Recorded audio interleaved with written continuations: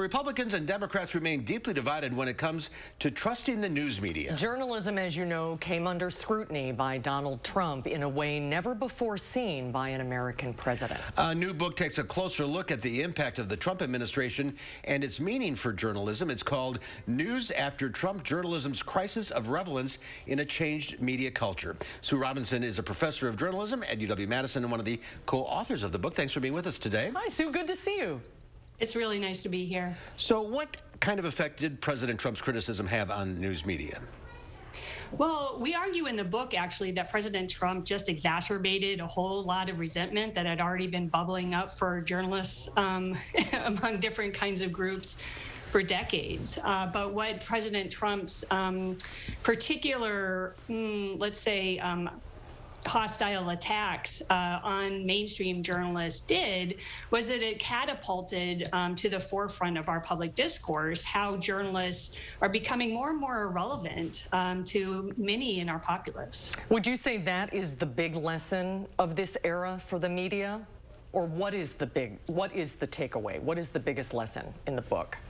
I think we talk about how we need to move away from this traditional framework that journalists have long been clinging to of a detached objectivity in terms of a value and as an ideal, and then move more towards sort of a contextualized, historical accounting that is laced with a moral voice that's not necessarily about subjectivity. We don't think that what we're suggesting is the opposite of objectivity, but rather a more embrace of or a bigger embrace of values like being able to call out racism, using evidence-based research in order to really declare what is happening, whether this fact's a lie or that fact's the truth, and that's where journalists are uniquely positioned. Well, that's different than when I was in J school, just the opposite. But is that where journalists need to go in order to survive? I believe so. And then really kind of embracing the idea of like a shared humanity and that we all have these sort of sets of values that we can all agree on. We agree that racism is a bad thing for the most part. We agree that we want to be all dealing with a shared set of facts in our public discourse that we can agree on in some way.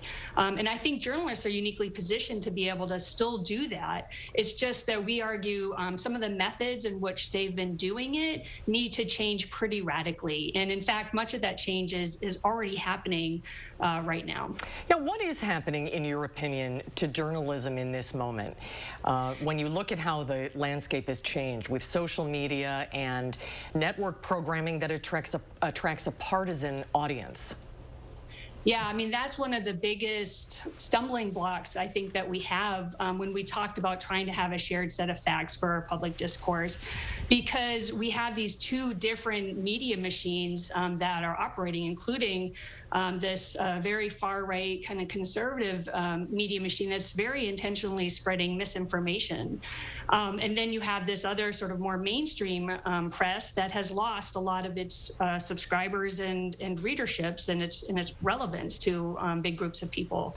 So what we're suggesting is happening right now is this trust-building movement that a lot of newsrooms are already starting to take part in, a lot of funders are starting to invest in, which is rethinking how we develop relationships with different kinds of audience groups by thinking about identity and like how the very structures that we've been watchdogging perhaps are problematic for big groups of people. Interesting times, that's for sure. The book, News After Trump: Journalism's Crisis of Relevance in a Changed Media Culture. Sue, thanks for being with us today.